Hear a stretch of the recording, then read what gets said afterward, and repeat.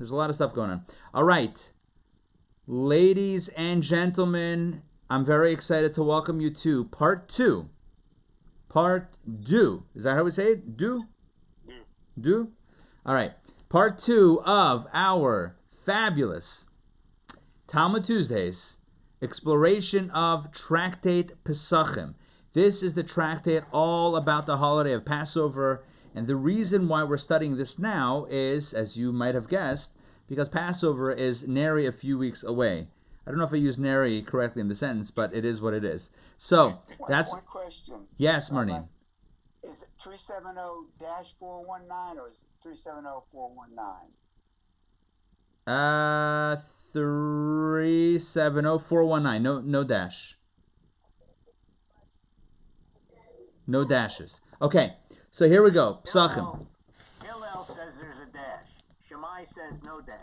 You know what? Sometimes you gotta go by wait, who says no dash? I forgot again.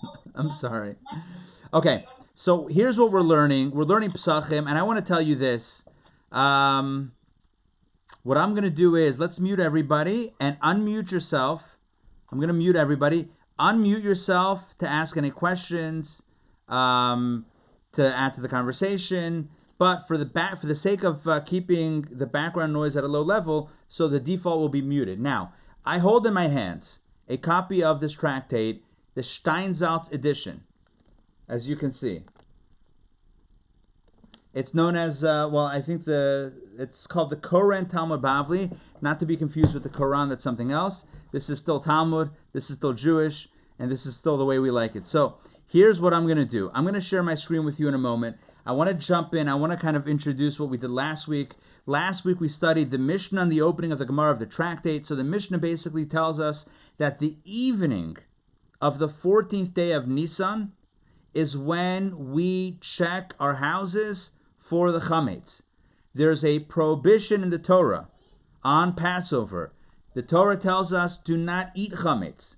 But not only is consumption problematic, even having it or seeing it is problematic. So any chametz in our possession is a no-no.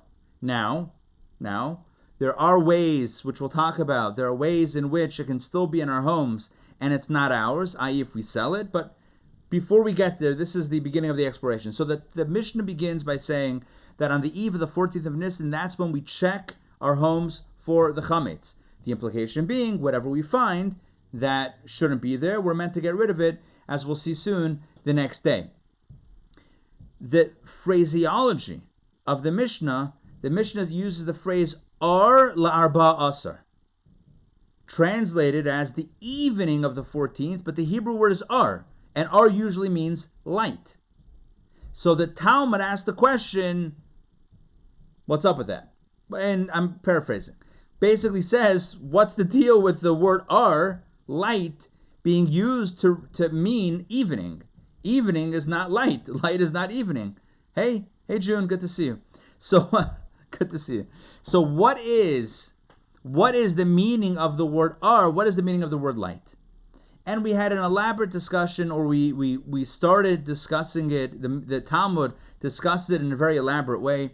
The bottom line is that ar means light, but it can also be a euphemism for evening. Why is it euphemistically used for evening? The short answer is because the Mishnah did not want to begin with a word of foreboding.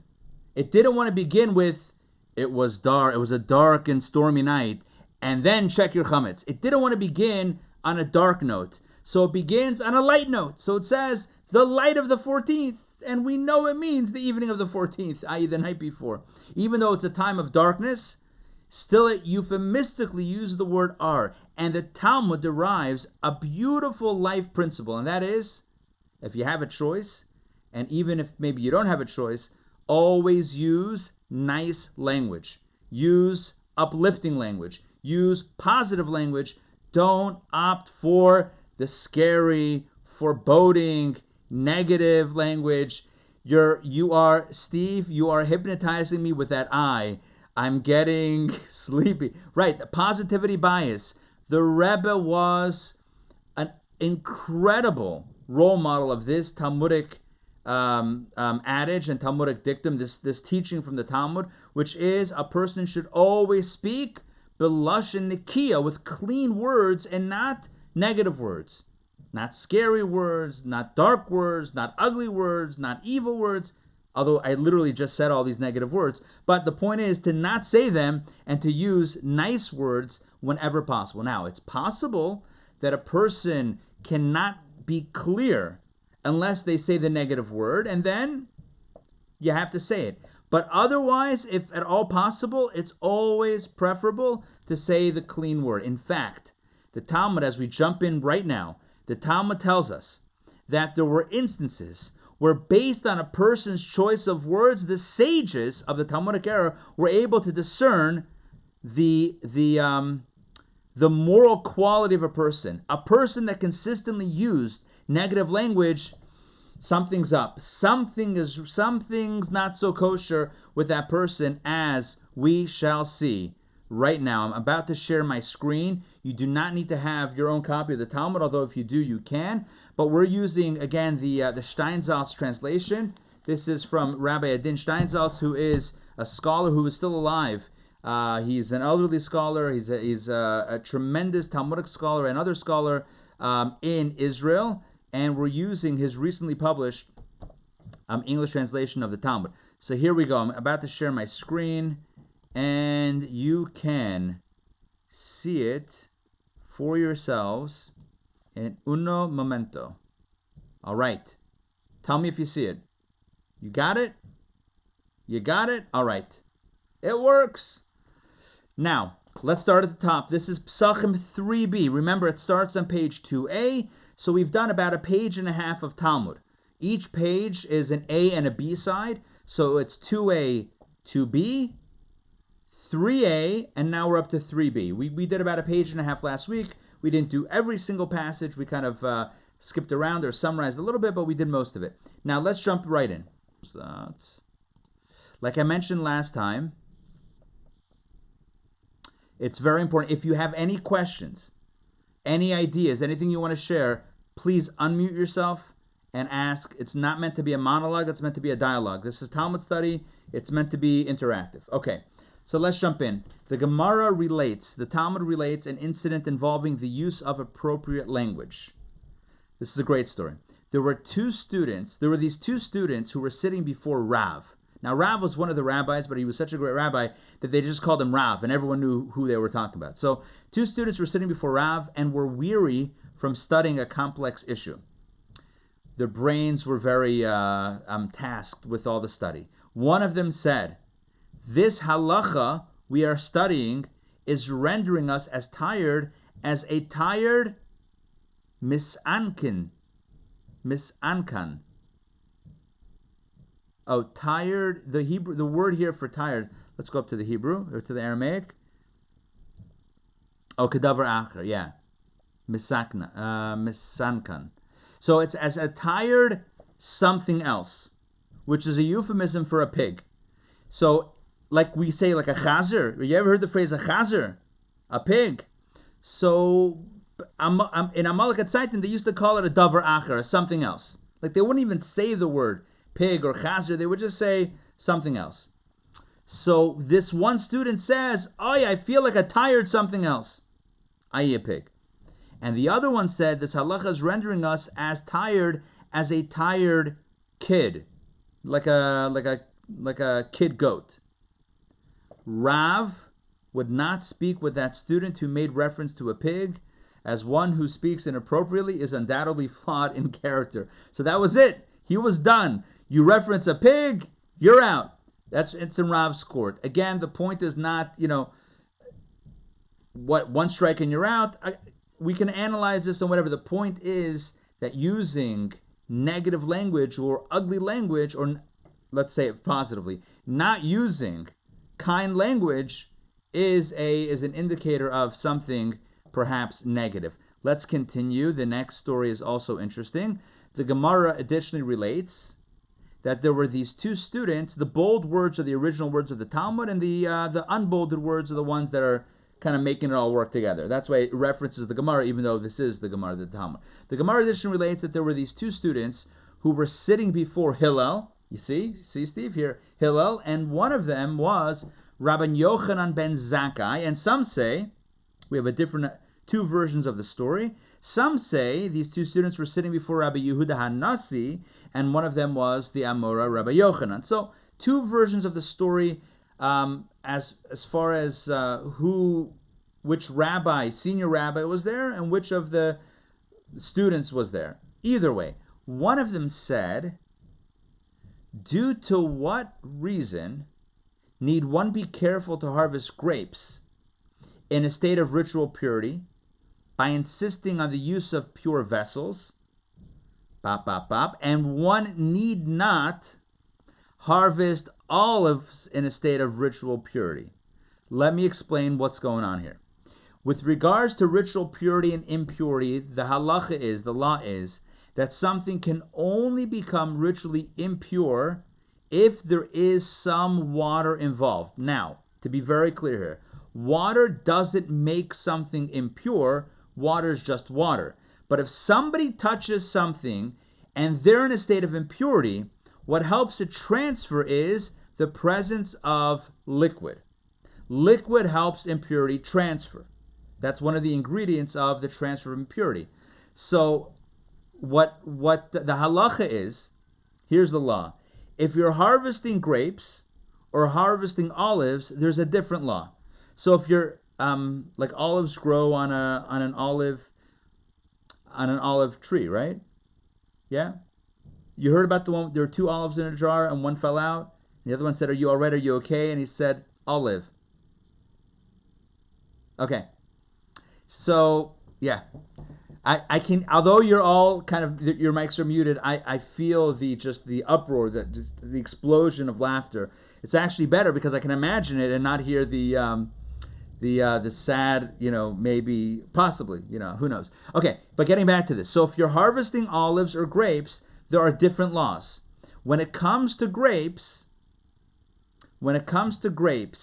if there is liquid, if when you pick the grapes, there is liquid, like when you grab a grape and some of the juice, some of the liquid comes out of the grape.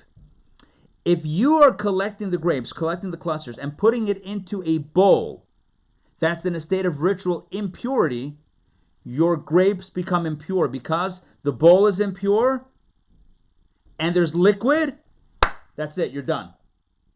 You're done. You messed up your grapes. You had grapes. You put them in an impure vessel and there's liquid from the grapes. No good. But if the same thing would happen by olives, if you would pick olives and put them into an impure vessel and there was a little bit of the juice of olives, it's still fine. It's still kosher. It's kosher either way, but it's still considered to be a state of purity, not impurity. The question that these students were wondering is why? What's the difference between the grapes and the olives? Why by grapes does the liquid render it impure, whereas by olives it remains pure? And by the way, I'll tell you the answer, because the point of this Talmudic piece is not actually the answer. The point is how these two students phrased the question, as we'll dive into in a moment. What language they use to ask the question. I'll give you the answer. The answer is because the juice, the Talmud says, in a different place, the juice of grapes is considered to be something that could be used, for example, for grape juice. But when you take olives and a little bit of juice or oil, whatever it is, squeezes out, you're not really going to use it. That's what it says. Whereas by grapes, the liquid is considered to be a liquid. By the olives, you're not going to use it anyway. You're going to discard it. It's insignificant. That's what it says. The juice of the olive, born of just handling it, is insignificant, so it's not considered to be a liquid. Whereas the juice of the grapes, born of handling, that is considered significant on some level, at least for the farmer, and therefore it can render it impure. Let me say, I have some comments here in the chat. Let's look at the chat. David, sour grapes. Stephen, languages. Okay. Well, this is fantastic. All right.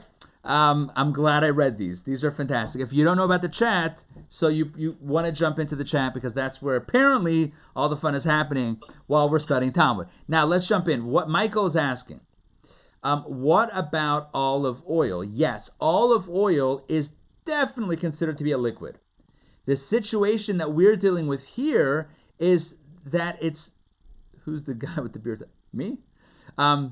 Yeah. Okay. So, right, while this is going on, olive oil is absolutely a liquid. The issue that what we're talking about here is the what's the word I'm looking for? The inadvertent liquid that's coming out of the olives as you're pulling it off the trees. As you're pulling it off the trees and putting it into your container, so it may get a little bit liquidy, or from the olive juice, from the olive oil. That's not considered olive oil. No one's going to use it anyway, etc. Oh man, I'm reading these puns in the chat box. Oh wow, fantastic. Okay, guys, keep it up. This is good stuff. Just so if you're listening to the audio or whatever, you want to know what's going on here, there are references to your crushing it and press on, and yeah, that's what's going on. Okay, so let us continue. The point of the Talmudic passage here in Pesachim is not about the difference between the olives and the grapes per se. It's about how these two students phrase the question when they ask their teacher, what's the difference between the grapes and the olives? So pay close attention. I'm going to highlight again these two questions, okay? I just highlighted question number 1. One of them said,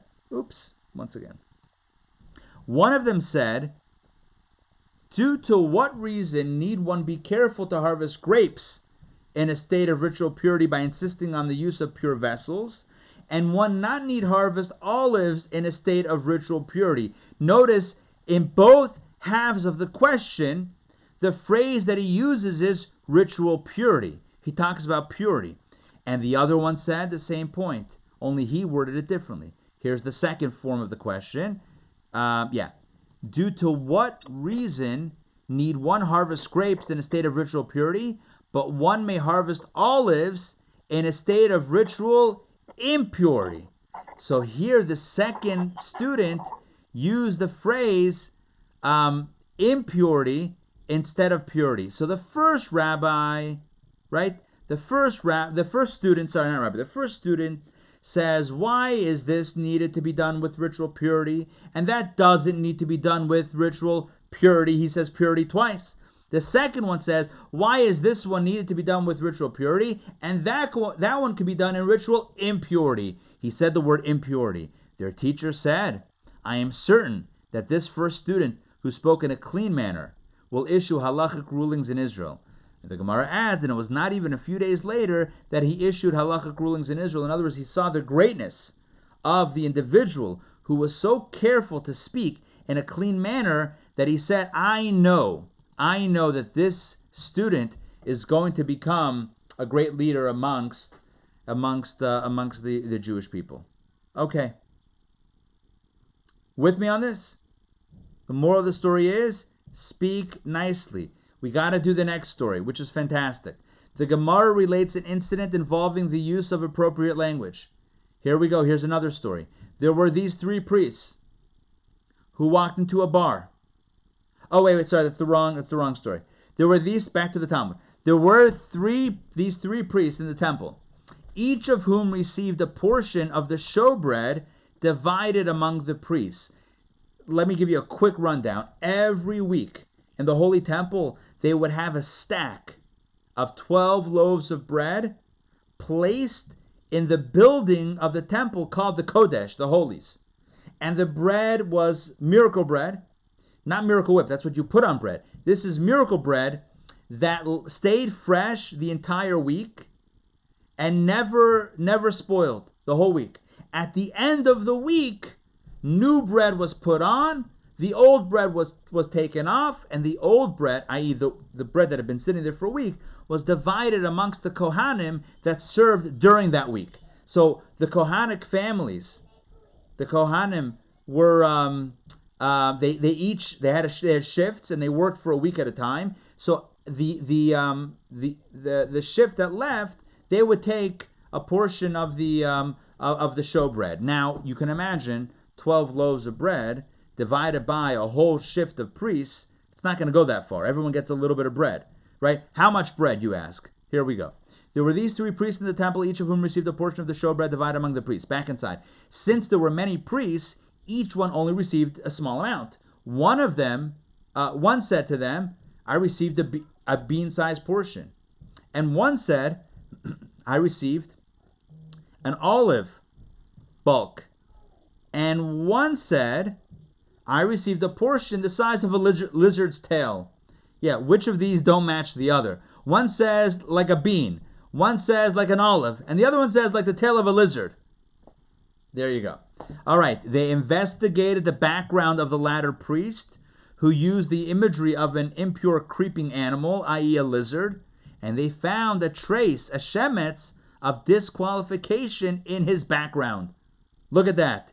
He used the language lizard's tail. They looked at his lineage and they found something. You know, the different commentators say what maybe they found. The Talmud certainly, because the Talmud doesn't want to get it. Listen, the Talmudic passage is talking about not digging up dirt, right? Not speaking negatively, is not going to tell us, what exactly this fellow's blemish was. But let it be known that they looked into this guy because he used such a strange and inappropriate expression regarding the showbread in the temple. It's very holy offering and this very holy bread, and this guy references it or relates it to a lizard's tail. They looked into him. They found something not so kosher in his background. Fine, that's the story. Now, by the way, you should know the Talmud continues to ask the question on a story.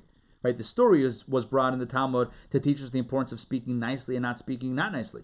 The Talmud continues to say, but wait, since when do we check lineage of Kohanim? If they're already working, we leave them be. So the Talmud essentially answers, yeah, but when a guy talks about lizard's tails, then you start digging. Then you start looking for something. That's kind of the next little piece of the Talmud. You can see here, I'm paraphrasing this a little bit. Look at the next, if you could see, do you see my mouse, the little pointer thing that's moving on? Yeah, you do see it? Okay, so look where it says, the Gemara asks, but wasn't it taught in a Braita that one does not investigate a priest's lineage beyond the altar? In other words, once they start working, then you don't check anymore. And the answer is, look it over here. Okay, so the two answers, one answer is, do not say that they found a trace of disqualification, i.e. about his lineage. Rather, they found arrogance of disqualification. In other words, they found him to be arrogant, and that it alone was a disqualifying factor. And if you wish to say instead, there it is different, as he casts aspersions upon himself. In other words, usually, this is the answer that I mentioned before. Usually, you don't investigate a Kohen. A Kohen's a Kohen. If they've been accepted, that's it. They're accepted. We don't dig further, right? We're not digging up, skeletons in the old Kohana closet. Rabbi, wouldn't the Rabbi say how wonderful it is that he's 99% pure? Yeah, but here, that's why we have a Rebbe, that's why we have a Chassidus. But then, it's a little more hardcore. So they looked and they found something, and that's it. Listen, you can't, it's the Rebbe's perspective was, taking all of this and positive, what's the language? Not judging positively, that's like how it's phrased in Jewish law, but assuming positive intent. The Rebbe took that to the max. We had a story that we told recently at the Kiddush at Chabad in town. When we used to be able to meet in person. So Rabbi Shishman told a story a few weeks ago about this fellow who comes to the Rebbe for dollars, in the line of dollars for blessings, and he was of a different Hasidic group, and the Rebbe said, so what did your Rebbe teach recently? So he was saying how his Rebbe asked the question. The Talmud says that even the sinners of Israel have many mitzvahs, like a pomegranate has seeds. Just like a pomegranate is filled with seeds, so too even the sinners amongst Israel have many mitzvahs. So he said, my Rebbe was asking, if they have if they're sinners, how can they? What kind of mitzvahs are they doing? The Rebbe said to him, I also have a question on this Talmud, but the exact opposite. If they have so many mitzvahs, how are they called sinners? So again, you have a different way of completely understanding and looking at human behavior. But in this case, look, this guy, kind of spoke about lizards' tails. The next thing you know, they did an investigation, and when they schlep people off stage because they're going too long, they're making too long of a speech at the Oscars. All right. Next, moving on. So what we're going to do now is we're going to skip a little bit, and because I want to get to some of the laws regarding the search for the chametz, because that's how the Mishnah begins. Although, again, the Mishnah begins with the word ar, light, and we have a whole pages about talking positively and all that good stuff, but I want to get into now the actual law regarding the checking for the chametz. So we're skipping. Okay, here we go. 4a, boom, right here. The Gemara, the Talmud returns to the issue of the search for leaven. So back on point. Back to the search for chametz. Remember, when do we search for chametz? The night before the 14th or the eve of the 14th of the month of Nisan. The Seder is the next night. 24 hours later is the Seder. So 24 hours before is the search for chametz, the search for leaven. And now that we know, back inside, now that we maintain that everyone agrees that the word ar in the Mishnah is evening, consider the following.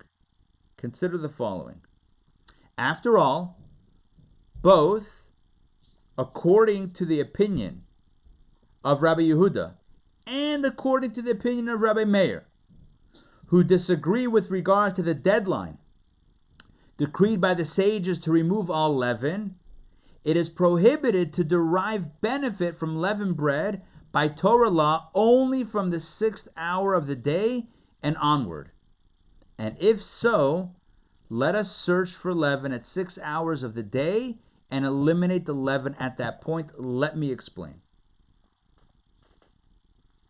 As we'll see soon, there's a dispute amongst the sages with regards to the timing of chametz on Erev Pesach, on the eve of Passover. When I say the eve of Passover, I mean from the day, like the day of, the day eve of Passover. That's not making it any clearer. So, for example, the morning of that night will be the Seder. It's probably easier if we pull out a calendar. I wish I had a calendar handy. But let me actually open up a tab right here. Here we go. Let's do Jewish calendar 5780. Let's see what we can pull up right here. The magic of boom. Let's see. Is this Chabad.org? Can't go wrong with Chabad.org. Okay. Instead of speaking theoretically, let's look at a calendar. Okay, here we go. We need the next month. Let's get to the next month. April 2020.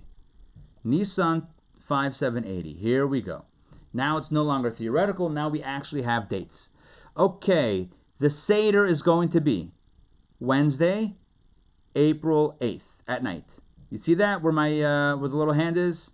Okay, boom.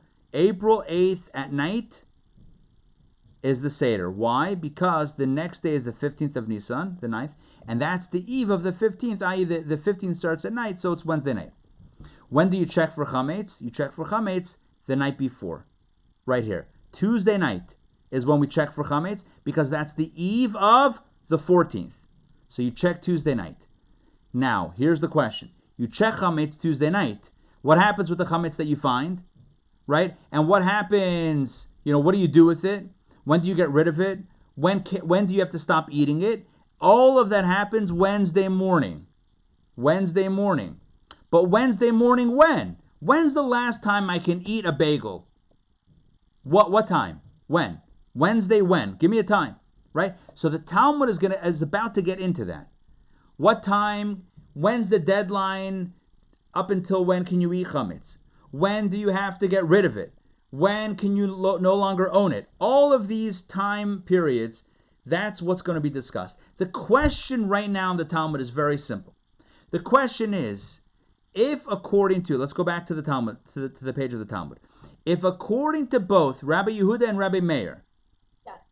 okay, it's prohibited to derive benefit from chametz only after the 6th hour of the day, which, by the way, means midday, right? Noontime, which I'll explain in a moment. So if so, why are we looking for chametz the night before? Let me go back to my calendar. If, according to all opinions, the deadline for deriving benefit from your chametz is Wednesday, midday, why are we checking for the chametz Tuesday night? Why are we looking for chametz the night before? What's the point? Look for it then. Look for it Wednesday morning. Why Tuesday night? Why then the eve of the 14th? Why not the morning of the 14th? So now, let me explain what it means, 6 hours. The way it works in Jewish law is that an hour is not necessarily 60 minutes. I know you're shocked. I know, Jewish time, right? An hour is not necessarily 60 minutes. How do you figure out an hour? Here's what you do. You calculate the number of daylight hours and divide it by 12. Are you with me? Okay. Watch what I'm about to do. Look at the screen. Sunrise and sunset Atlanta. You ready? Boom. Let's see what's going on here. Wow. This is pretty symmetrical. Sunrise was 7:34. Sorry, this is for tomorrow. Sunrise will be 7:34 and sunset is 7:53. Are you with me on this? Okay. How many minutes is that? So that's 12 hours and how many minutes? 12 hours and 19 minutes, correct? Yes? 12 hours and 19 minutes. Okay, so let's pull up a calculator here. Okay, we're gonna do the math. We're not fooling around here. You have to know math to be a Talmudic scholar. Okay, check this out. So we have 12 times 60. 12 hours, 60 minutes equals 720 minutes plus another 19 minutes. So tomorrow you will have 739 minutes of daylight, correct? You got me with you're with me on this so far? If sunrise is 7:34 and sunset is 7:53, according to my calculations, you have 739 minutes of daylight. Divided by 12. Every halachic hour tomorrow is 61 and a half minutes, not 60 minutes. You with me on that? In Jewish law, you take the daylight hours, minutes, divided by 12, that's your hour. So when the Talmud says that after the 6th hour you can no longer have benefit, what 6th hour? When 6th hour? How do you calculate? Easy peasy. You start at 7:34 and you count 6 hours. And every hour is not 60 minutes. Every hour is going to be 61.583 minutes. So you take 6 hours times 61.58. So watch this. Okay? So we have 61. Now times 6 hours equals 369 and a half minutes.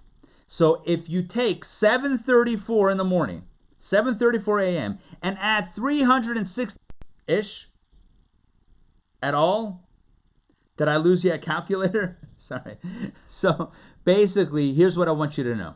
What I want you to know is the Jewish time is not always, the Jewish hour is not always 60 minutes. A halachic, a Jewish legal hour, is not always 60 minutes. In fact, it's usually not 60 minutes. Because either there's less than 12 hours in the day or more than 12 hours in the day, daylight hours. Like again, tomorrow, you have 7:34 to 7:53. It's more than 12 hours. It's a little bit more, but it's more than 12 hours. And so that's how you calculate the hours. Getting back to the Talmudic passage, the Talmud says, I'll give you a very simple scenario. You with me? Let's cut out all the calculations and do a very simple scenario. Well, a few calculations left. Let's say sunrise is 6 a.m. and sunset is 6 p.m. So you have exactly 12 hours of daylight, and each hour is now an hour because it's exactly 12 hours. Right? Good. So when is the 6th hour? Help me out. If sunrise is 6 and sunset is 6, what is my 6th hour? 12, right? Yes? 12? Yeah? 6 plus 6 is 12. So the 6th hour, 6 a.m. plus 6 hours is 12. Noon. But because it's not exactly 6 a.m. and because each hour is not exactly an hour, therefore we have differences. The point is, if anyway, the time in which we're prohibited from deriving pleasure from our chametz is at the beginning of the 6th hour, which, by the way, the beginning of the 6th hour is not 12, it's 11 o'clock, or 11:01, actually. That's the beginning of the 6th hour. At the end of 6 hours is 12, right? 6 plus 6, the end of that is 12. The beginning of 6 hours would be, again, before that. The point is, if you can't derive pleasure, benefit from the chametz at the 6th hour, wonderful, but you can start looking for your chametz that morning. Why do we bump it all the way back to the night before? That's the Talmudic question that we're at right now. Okay, so let's jump inside to the answer. Okay, the Talmud continues. Unless you say that this halacha is in accordance with the principle that the vigilant are early in the performance of mitzvot, in other words, maybe the reason why we looked the night before is because we want to get a jump start. Yeah, you could have done it in the morning, but it's reason makdim and lemitzvah. So you want to really get an early start. So let's do it the night before. Then the Talmud asks, fine, you want to get an early start? Good, then let's search in the morning. Don't wait to the 6th hour. Search first thing in the morning. Why not get back to the night before? The principle, the vigilant are early in the performance of mitzvot, is derived as it is written. And on the 8th day, this is from Leviticus regarding Brit Milah circumcision. It says, on the 8th day, the flesh of his foreskin shall be circumcised. And it was taught in a Braita, the entire day is suitable for the mitzvah of circumcision. However, the vigilant are early in the performance of mitzvot and circumcised in the morning, as it stated with regard to the binding of Isaac, and Abraham arose early in the morning after hearing God's command. So again, the point of it is, where do we learn the concept of doing a mitzvah as early as possible? From the idea of Brit Milah. And then the mitzvah is do it the morning of and not the night before.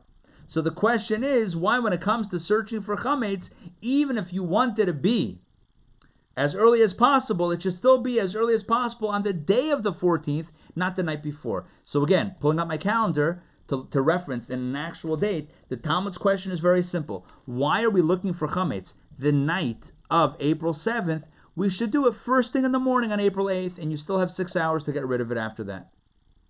Or 6 hours after which you're prohibited to derive pleasure from it. You still have a bunch of hours left. You're fine. You're good to go. Why push it all the way back to the 7th at night? And if you want to say that we're trying to get a jump start means first thing in the morning. It doesn't mean the night before, as we derive from the laws regarding circumcision. I noticed that we had a chat. Let me see what's going on here. Okay. Yes. Correct. Right. We don't want to push off doing a mitzvah, so we do it as soon as possible. But again, that means that you do it in the morning. Why the night before? Okay. So now, let's go to the Talmud's answer. Talmud gives a beautiful answer. The Talmud, the Gemara cites an answer to its initial question of why the search for leaven is not conducted in the morning. Here we go. 2 answers. Rav Nachman bar Yitzchak said, one searches for leaven in the evening. Why? As it is a time when people are found in their homes. If you do it first thing in the morning, this one went to work already, this one went to school already, this one went shopping, everyone's out and about. Remember, this is certainly back in the day when people didn't have electricity. So at night, in the day, everyone's out because you want to maximize your daylight hours. At night, Everyone's typically at home. It's dangerous to be outside. There are no street lights, etc. You're home. So the Talmud says, the Gemara says, why are we searching for chametz the night before the eve of Passover? Because you want to do it with company. You want to do it with everybody in the house present. It's a family activity to search for the chametz. Let's continue. And furthermore, second answer of the Talmud, the light of the lamp is favorable for conducting a search specifically at night. As the search is conducted with a lamp, it is preferable to search at night, and I need to explain this. What the Talmud is saying is it's even preferable to search at night than in the day in order to find something. And to understand this, I need to shut the lights. No, I'm kidding. To understand this, I need to give you an illustration. Imagine it's pitch dark. It's pitch black. You can't see a thing.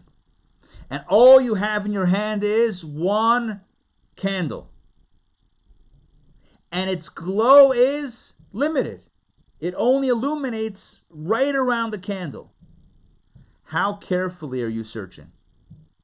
You're in every corner with your candle. You're looking at it with every detail, with every ounce of effort. Because it's very focused, it's a focused search. During the day, all the lights are on. I don't mean electricity. This was before electricity. The light, the windows, the shades are open, the light's pouring in from the sun. How carefully are you looking? You're glancing around the room. You're not going into every corner like that. When there's no light, except for the one candle in your hand, you're going around and looking at it very methodically. So it's almost counterintuitive. If I would ask you, when's the best time to search for something? Day or night? When it's light outside or when it's dark outside, you and I would say, obviously, when it's light outside. The Talmud is teaching us no. If you want to take a very peripheral look, a very, a glancy look, which is not a thing, not an adjective, but if that's the type of look that you want to do, then yeah, do it during the day. But if you want to take a deep dive, if you really want to inspect, it has to be at night, la'ar haner, with the light of the candle. That's how you really search, detail in every corner, every crevice. By the way, it's a lesson in life also. When you take, like self-assessment, or when you're really looking introspectively, when you look at everything, you see nothing. You have to look one thing at a time. You have to look at this one area, and then another area, and this corner, and that corner, one thing at a time. Go slowly and methodically, and the darkness and the candle slow everything down.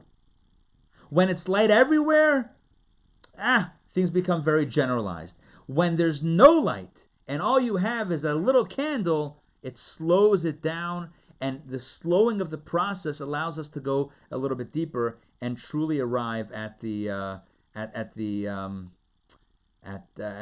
fine pizza and whatever it is, tam-tams, and what else? Animal crackers and wafers and chocolate chip cookies and pita bread, and I could go on. It's not only that, but chametz means the issues that we have inside. When I say issues, I mean the areas of fixing, the areas of correction, our ego, our anger, our jealousy, all of our insecurities, right? All of the stuff that we have to work on. All of that stuff is what we're meant to look within when we do b'dikas chametz. I remember, I'll tell you a story. When I was young, when I was a kid, I might have been bar mitzvah, but I wasn't either. It was before bar mitzvah or right after bar mitzvah. I was young, living in Pittsburgh, growing up in Pittsburgh. There was an older gentleman, I forgot his name, an older gentleman who needed help to do b'dikas chametz, who needed help to search for chametz, to search his house. He had a 2-story house, a small house, not a massive house. But he needed someone to go around because he was too old to do it himself. But he gave me instructions of how to do it. And I remember it was the longest. I did it for a few years. I helped him out. Those were the longest searches for chametz. He was so methodical. He's like, no, you got to look in every single corner, every single, It was a very slow process. It says, I think the Alter Rebbe would search for chametz and it would be an entire night. He would search the entire night. It wasn't about the bread. It wasn't about the 10 pieces of bread that he put out. It was about looking inside. It was about looking within. It was about discovering what it is inside that we need to that we need to get rid of. That's really what the search for chametz is on a spiritual level. But getting back to our conversation, which is the halacha question, again, a simple question in halacha. Simple question in Jewish law. Why do we search for chametz the night before? Why not the morning of? And the answer is because it has to be dark outside. Why? That sounds worse. No. Because when it's dark outside, you're going to use a candle. And when you use a candle, or a lamp, the way it's referred to here, a lamp, I guess they didn't have candles, whatever, like a thing, right? When you use a candle lamp, then you know what? Then you're going to really look. You'll really find it. It really glows. It really illuminates, as opposed to all the light. Let's continue. Okay. Wow, this is fantastic. Look at the next statement from Abaye, one of the great Talmudic scholars. Abaye said, therefore, in light, all puns intended, of the above halacha, in light of the above law, a Torah scholar should not begin his regularly scheduled period of Torah study in the evening at the conclusion of the 13th of Nisan, that is the evening of the 14th. In other words, the night of the search for chametz, don't start studying Torah before you check.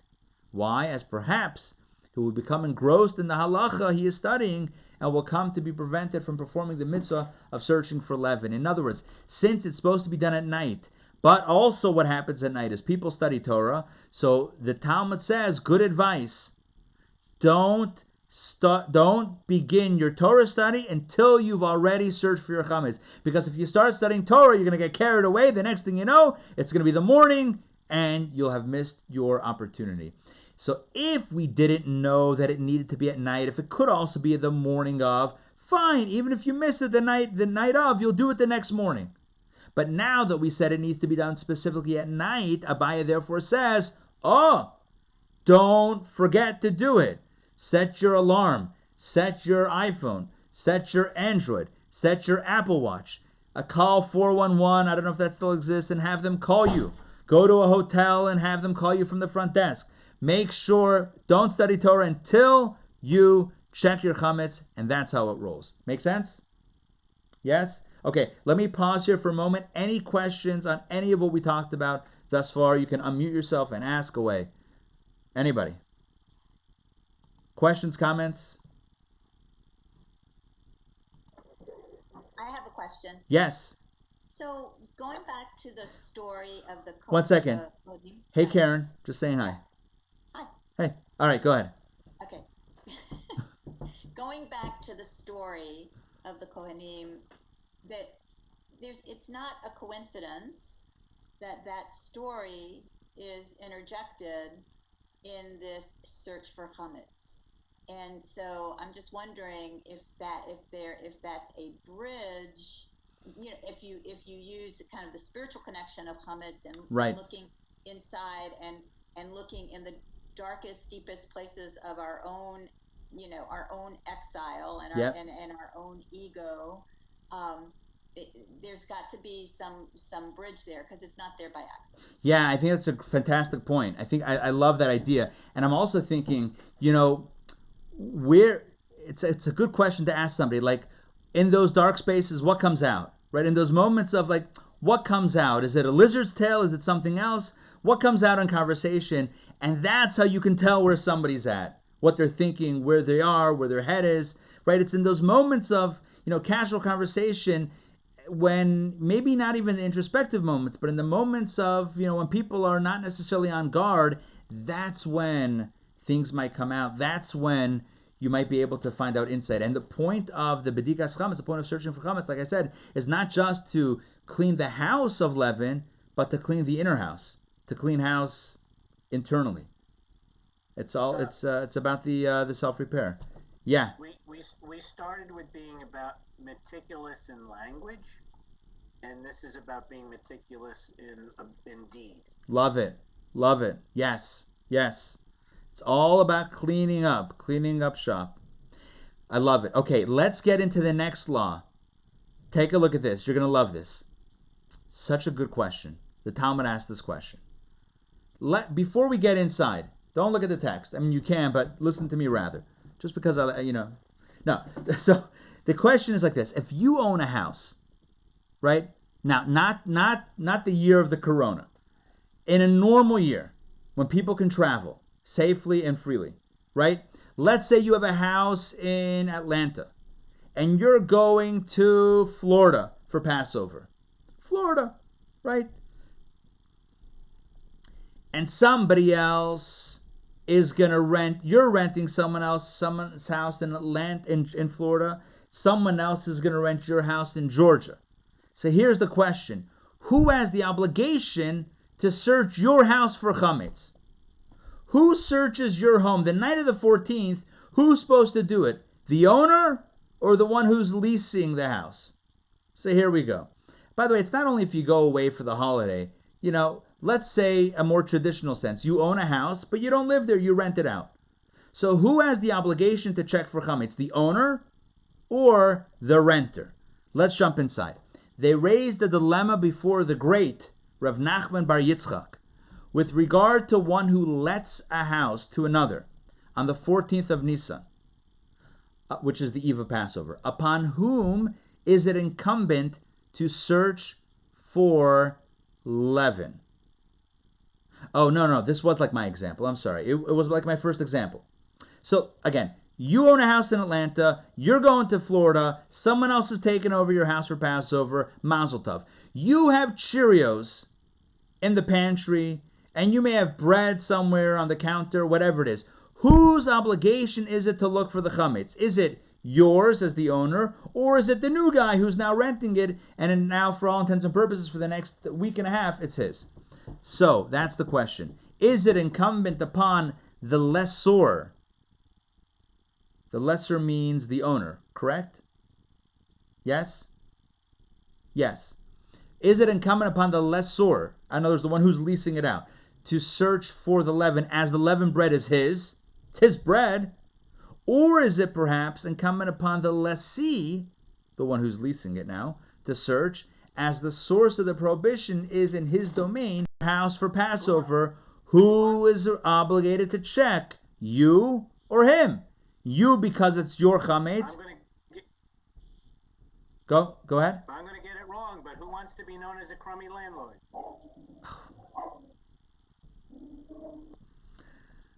I want to say this, Steve. You've outdone yourself again.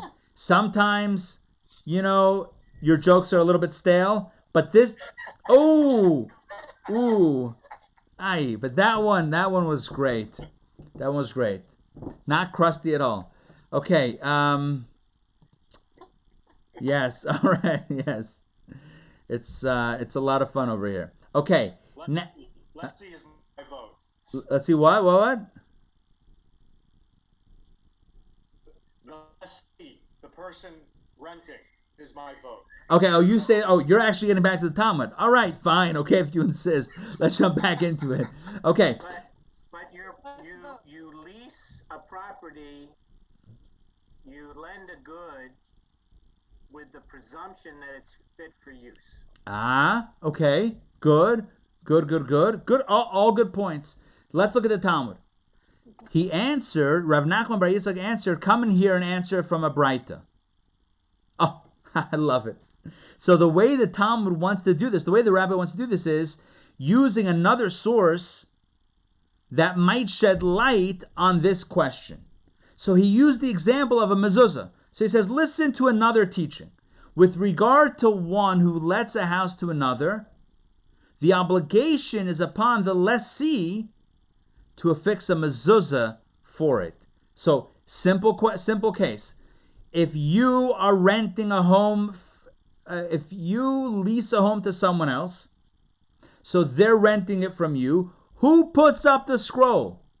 You, the owner, or them, the lessee, the renter? The Braita was like a Mishnaic era teaching, so it's an earlier teaching that has a lot of halachic validity. So the Braita says the obligation, it says straight up, the obligation is upon the lessee to put the mezuzah. The renter puts the mezuzah. Apparently, the Talmud concludes, the person renting the house is obligated to perform mitzvah connected to the house. So if you, the renter, puts up the mezuzah, so then you should also check for the chametz, you would think, but not so fast. The Gemara rejects this proof and says, not a good proof. You can't draw the inference from mezuzah to chametz searching. Why? Because there, in the case of mezuzah, didn't Rav Mesharshia say affixing a mezuzah is an obligation of the resident? There's a specific case by the mezuzah. Case by the mezuzah? The mezuzah is a specific case. What's the case? It's that the obligation is only on the person living there, not the person owning the house. If you own an empty house, you have no obligation to put up a mezuzah. The mezuzah only kicks in, the obligation for mezuzah only kicks in when you live there. Therefore, who's living there? The owner or the renter? The renter. So when it comes to mezuzah, obviously the renter puts up the mezuzah because the owner has no obligation to put one up if they're not living there. So again, the fact is that the owner of an uninhabited house back inside is not obligated to fix a mezuzah on its doors. So by mezuzah is an exception. Mezuzah is a very specific case where the obligation is not on the house, it's on the person who's dwelling there right now. So if the renter is dwelling there, then it's his mezuzah. He's on the hook for the mezuzah. That's a specific case. Our question is not about mezuzah. The question is about chametz. Chametz is not an obligation on the person living there, or maybe it is. We don't know. That's our question. Who does the chametz? Who searches for the chametz? Nachman bar Yitzchak said to him. Let's continue. Rav Nachman bar Yitzchak said to him that we already learned a resolution to this dilemma in a Braita. So he brings another source that's clear, not from mezuzah, but straight up from the chametz itself. And it says in a Braita. Now, why didn't he say this one right away? I don't know. But this is the one that's the definitive proof. It says, one who rents a house to another. If before... Okay, let me say this again. One who rents a house to another. If before he delivered... because it's also not exactly...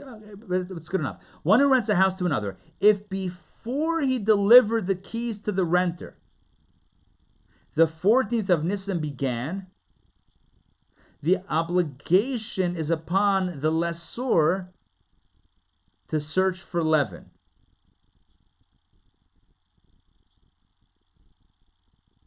And if it was after he delivered the keys to him that the 14th began, the obligation is upon the lessee to search for leaven. So here we have a clear proof that says actually it is like the mezuzah. And that is like this. So let's say you make an agreement on the 10th day of Nisan that you're going to rent the house for Passover, but you haven't delivered the keys. And in Jewish law, delivering the keys is a key component to the transfer of the actual, dwellership. Like who's actually dwelling there? You can't dwell there without the keys, right? So if he hasn't given the keys over to the renter, and it's the night of the 14th, he has to do it himself. The owner has to do it. So you're the owner. Yeah, he has a few names. It's fine. So you're the owner. Yanko still have the keys. So who does it? Who does B'dikas Chametz? Who searches? You. Well, first of all, you're the owner with the keys to the house, but also because it's still yours on some level because the other one hasn't assumed ownership or assumed dwellership. But if you've delivered the keys to him before, then who does it? Yanko Shmerel Barrel. And we don't say, but wait, it's your chametz, not Yanko Shmerel Barrel. No, you gave it to Yanko Shmerel Barrel is renting it. You gave him the keys. It's the 14th. Now it's on him. That is the halacha. You with me on this? So again, to be very clear here, this is a very practical case. It's asked every single year. Well, except for, again, this year is an exception because people aren't... But Ari, it says after the 14th. So it says that you have to assume that your fellow Jew... No. And if it was... No, look what it says here. And if it was after he delivered the keys to him that the 14th began. So in other words, if you gave him the keys and then it was the night of the 14th... Then it's his. Then it's his. Now again, this is such a practical case. Listen to the situation. Let's say, I'm going to give a different scenario than before, but work with me on this. Let's say, and this happens all the time. People go down to Florida. Florida's a huge destination. We've gone down to Florida, for a few years also. When some of the years that we're out of town from Atlanta, we go down to Florida. We've gone to other places. We went to New York last year, whatever. So let's say you're going down to, I don't know, Orlando, and you're renting a villa in Orlando, right? Theoretically. And yeah, And so you come in, let's say you come in day 13, right? The 13th of Nisan. So let's pull up our calendar. So that would be, right here, the 7th. Tuesday morning, you arrive. You get your keys. Oh, beautiful place, ready for the holiday. Comes the night of the 7th of April, which is the eve of the 14th, and now it's a mitzvah to check for chametz. Who's checking? So you might say, I should check. I just got here. What? I didn't bring any chametz with me. I don't have any Cheerios. What am I checking? I don't own anything here. So who checks? The Talmud says, the halacha is, the law is, you have to check. You have to check. If you're there, if you're renting the place and you're there, you have to check. So what do? You put out some bread, you put it around the house, and you check. You have an obligation to check where you are. If you're renting it, you have to check where you are. That's it. Now, we ask another question, the Talmud continues. They raised another dilemma before of Nachum bar Yitzchak. Now, this is a case where you only rented the house the morning of the 14th, i.e. the morning after the checking of the chametz. That's when you walk in. Now the question is, another question, can you assume that the guy did it the night before? Or should you have to do it again? In other words, do you assume that the owner followed Jewish law and did it, correctly the night before? Or should you do it now, makeshift, the morning of? Not ideally, but should you do it now? So again, let's just read this question. I'll give you the answer. They raised another dilemma before Rav Nachman bar Yitzchak with regard to one who lets a house to another on the 14th, not the night before, the day before, but on the 14th, which is Erev Pesach itself.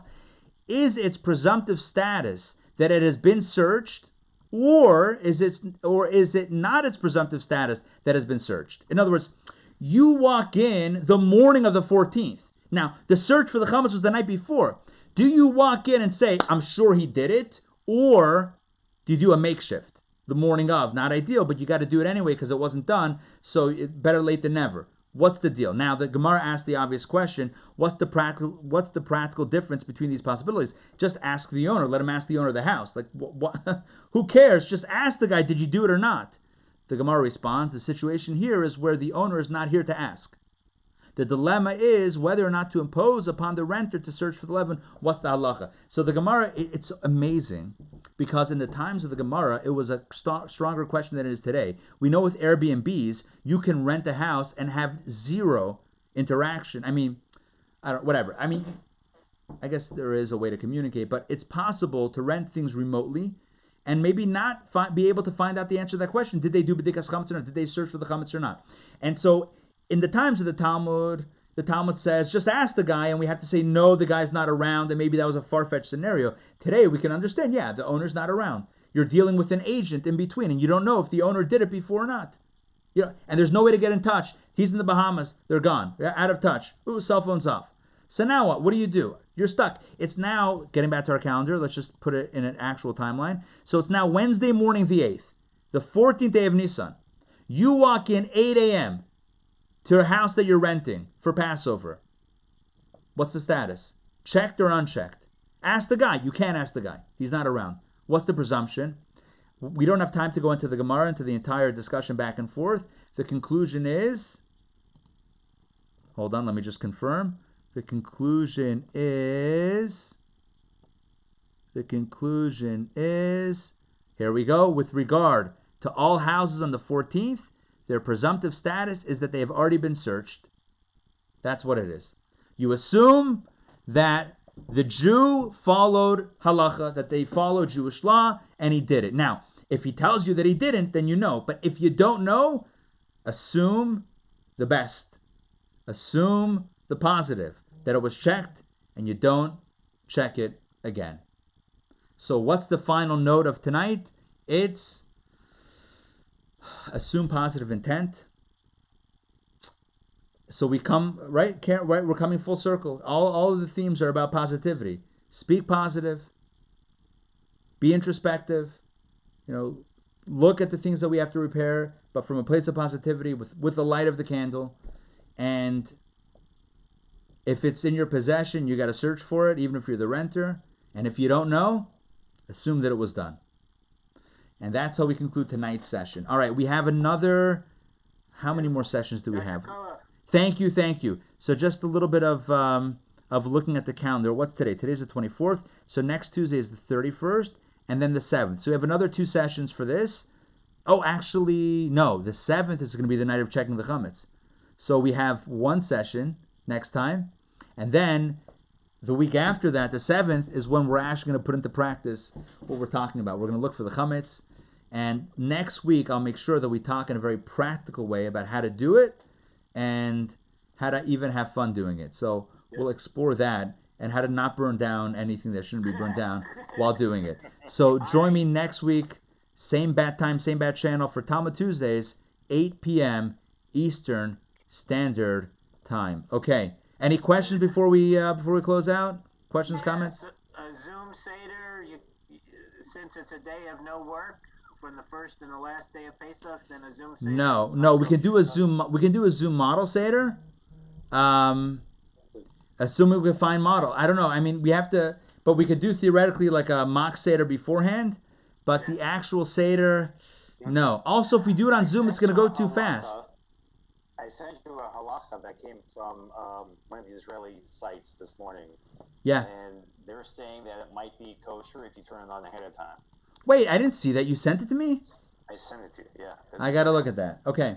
Yeah. Interesting. I haven't seen that. Clearly, I haven't seen that. But I will take a look at that. It sounds interesting. Just explain. You did see that after every stage of the Seder, you have to do rachat. Orchatz, yeah. Kadesh orchatz, karpas orchatz, yachatz orchatz. Yeah.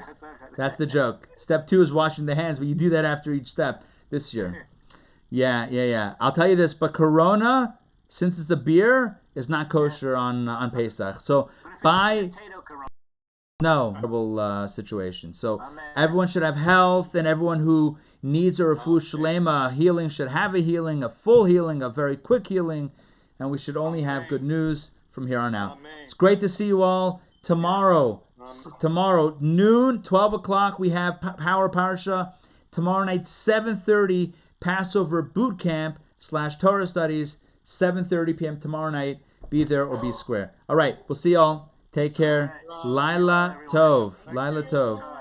Pleasure. David, I miss you. Pleasure. See you. I know I say pleasure.